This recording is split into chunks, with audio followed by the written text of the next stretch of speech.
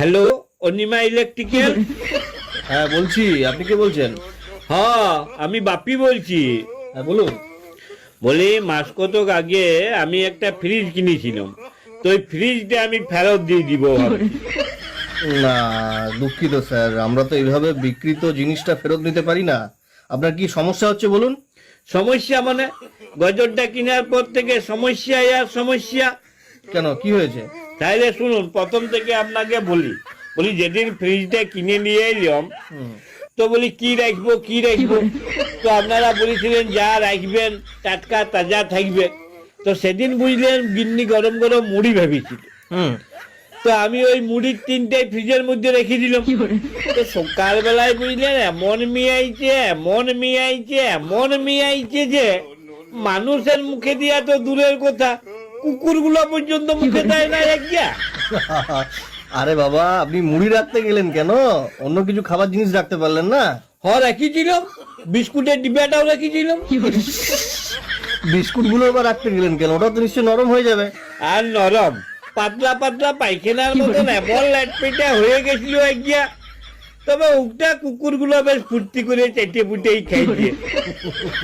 কেন, আপনি ভাত ডাল শাকসবজি কিছু রাখতে পারলেন না? আর ভাতের কথা বলবেন নাই। তো সেদিন খাওয়া দাওয়ার পরে ভাতটা বাড়িয়ে গেছে, তো গিন্নিকে বললাম, শুনো এক কাজ করো, ভাতটা জল ঢেলে ফ্রিজে রেখে দাও, দেখি ফ্রিজে আমার নিটা কেমন হয়। তো গিন্নিও কি করলে, ভাতে জল ঢেলে দেখছি সুদ্ধা ডিপ ফ্রিজে রেখে দিল। সকালবেলা তো দেখছি মশাই ভাতের আইসক্রিম হয়ে গেছে। মেয়া মরদে চুষি চুষি খেলাম। যাক, নতুন কিছু তো খেলেন। আর খাবার কথা বলেন না, এই ফ্রিজের জন্য পাড়ার লোকের হাতে কেলানি পর্যন্ত খেলাম। কেন, ফ্রিজের সাথে আবার কেলানির কি সম্পর্ক? আর বলেন না মশাই, সেদিন বুঝলেন পাশের ঘরে সকাল থেকে দু ভাইয়ে দমে চেঁচামেচি করছে। তো আমি অনেকক্ষণ ধরে শুনে আর থাকতে লাগলাম, দিয়ে ওদিকে যে পরে বললাম, বলি শোন, তোরা এত মুখে মুখে না চেঁচাইয়ে ফাটাফাটি গুটাগুটি লাঠালাঠি যা পারবি কর, যত বরফ লাগবে আমি দিব, তোরা ঘষবি। আমি নতুন ফ্রিজ কিনেছি, বরফের অভাব হবে না। তো তাহা মশাই নিজেদের গন্ডগোল তো থেমে গেলে, যে দু ভাইয়ে মিলে আমাকে একদম কাটলা পাড়া করে দিলে। আরে, এসব ঝুট ঝামেলার মধ্যে আপনার থাকার কি দরকার ছিল? বলি, নতুন ফ্রিজ কিনেছি, যদি কিছু লোকের উপকারে লাগে তো লাগুক। তো তা মশাই আজকালকার দিনে যাচ্ছে লোকের উপকার করতে নাই। কিন্তু এটা তো মানবেন যে আপনার গ্যাসের খরচ অনেক কমে গেছে। আর গ্যাসের খরচ কমার কথা বলবেন নাই, ডবল হয়ে গেছে, ডবল। কি করে?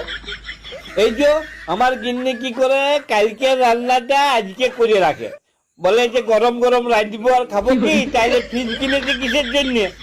তো একদিন রান্নার জন্য গ্যাস পুড়ছে, আর তার পরের দিনে গরম করে খাবার জন্য আবার গ্যাস পুড়ছে। আচ্ছা। তবে আপনাদের এই ফ্রিজটার বুঝলেন, আমার ছোট খোকার মতন পেচ্ছাবের দোষ আছে। মানে? আর বলবেন নাই, ওই যে সেদিন রাত্রে বেলায় দমে জল ঝড় বৃষ্টি হইলো, যে সারা রাত কারেন্ট ছিল নাই। হ্যাঁ হ্যাঁ হ্যাঁ।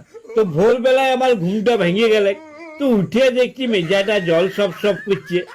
তো আমার গিন্নিকে বললাম, বলি হ্যাঁ গো, ছোট খোকা কি মেজাটা তো মুছে দিচ্ছে?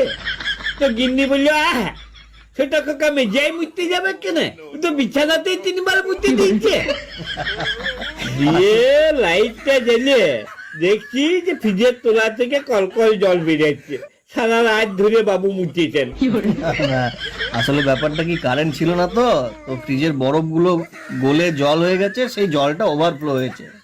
আচ্ছা, একটা কথা আমাকে বলুন দেখলি, হ্যাঁ। এই ফ্রিজে তো হিমালয় পাহাড়ের মতন গাদা গাদা বরফ জমে কি করে? আসলে ফ্রিজের মধ্যে একটা মেশিন লাগানো থাকে, তার কাজ হচ্ছে ভেতরটাকে ঠান্ডা করা। আর আপনি তো জানেন যে বাতাসের মধ্যে জলকণা ভেসে থাকে, তো ওই জলকণাগুলোকে টেনে ভেতরে বরফের মতো জমিয়ে দেয়। ই বাবারি, তাহলে আমাদের মন্ত্রীটাকে আর ওই মেয়া ছেলেটাকে ইদিতে এমনি এমনি ধরলে। সে আবার কি, মানে এই ফ্রিজের সাথে মন্ত্রী মেয়ে ছেলে এদের আবার কি সম্পর্ক? কেন, আপনি শুনেন নাই কলকাতার বাতাসে টাকা উড়ে? তো নিশ্চয়ই ওদের ফ্ল্যাটে সেরকম কিছু মেশিন ছিল, সেই টাকাগুলোকে টেনে পরে ভিতরে বান্ডিল বান্ডিল জমাই দিয়েছে। এই জন্যই তুই বলছে আমার টাকা লয়, ও বলছে আমার টাকা লয়। সত্যি মশাই, আপনার কথায় যুক্তি আছে। হ্যাঁ, তবে শুনুন, একটা কথা বলছি, আপনি শুনুন। বলি ফ্রিজটা আপনি ফেরত নিয়ে যান, আপনাকে টাকা পয়সা কিছু দিতে হবে না। না, এইটা কি কোনো কথা হলো? তাহলে আপনি এত টাকা দিয়ে কিনলেন, এমনি এমনি লস করবেন? লস কোথায় দেখছেন মশাই? বলি যদি 6 মাস আমি ফ্রিজটা না চালাই, তাহলে তো আমার গ্যাসের দামে আর ইলেকট্রিকের দামেই তো আমার ফ্রিজের দাম উঠে গেল। তারপরে তো সারা জীবন আমার লাভই লাভ।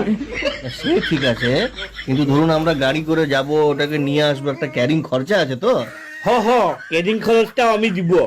আমার বড় বেটার জন্য 19 বার সম্বন্ধ দেখতে গেছি, মনে করব আরো 2 বার গেছিলাম। সবই বুঝলাম, কিন্তু আপনি একবার আরো ভেবে দেখুন দাদা। আমরা ধরুন আনতে যাব, আপনি এত টাকা খরচা করে শখের জিনিস কিনলেন, তো ওটাকে কষ্ট হবে না? ছেড়ে দেবেন? কি করবেন বলুন? বলি ধরুন কালকে আমি খাসি মাংস ভাত খাইছি, সকালবেলার থেকে পেটটা ভুটুর ভাটুর করছে, তো আমি খরচা করে খাইছি বলে 2-4 বার বাতকম্মটা ছাড়বো নাই।